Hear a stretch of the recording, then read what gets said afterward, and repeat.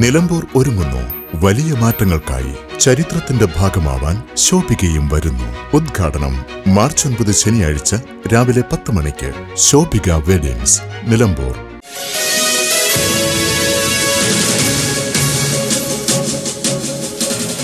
ബസ്സിൽ നിന്ന് തെറിച്ചു വീണ സ്ത്രീക്ക് പരിക്ക് പറ്റി. എടവണ്ണ പത്തപിരിയം വലിയ പീടിയക്കൽ വീട്ടിൽ മറിയുമൊക്കെയാണ് പരിക്ക് പറ്റിയത്. ശനിയാഴ്ച വൈകുന്നേരം 5:45 നിലമ്പൂർ പുതിയ ബസ് സ്റ്റാൻഡിൽ വെച്ചാണ് സംഭവം. എടക്കര ഭാഗത്തു നിന്ന് മഞ്ചേരിയിലേക്ക് പോകുന്ന സാപ്റ്റിക്കോ ബസ് ശനിയാഴ്ച വൈകുന്നേരം വലിയ വേഗതയിലാണ് നിലമ്പൂർ മുനിസിപ്പൽ ബസ് സ്റ്റാൻഡിലേക്ക് എത്തിയത്.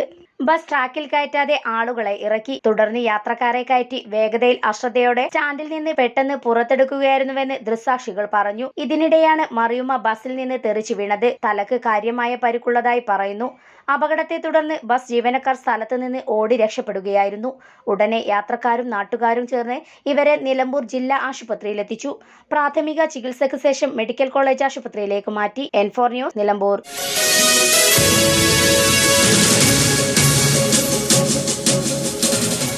20 വർഷത്തിലേറെ പ്രവർത്തന പാരമ്പര്യമുള്ള നിലമ്പൂരിലെ ഏക സ്വകാര്യ ആശുപത്രി PG medical trust hospital, Nilambur.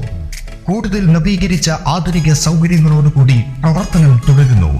ഞങ്ങളുടെ പ്രധാന ഡിപ്പാർട്ട്മെന്റുകൾ: പ്രസവ സ്ത്രീരോഗ വിഭാഗം, അസ്ഥിരോഗ വിഭാഗം, ശിശുരോഗ വിഭാഗം, ജനറൽ മെഡിസിൻ വിഭാഗം, ജനറൽ സർജറി വിഭാഗം, ENT വിഭാഗം, എമർജൻസി വിഭാഗം.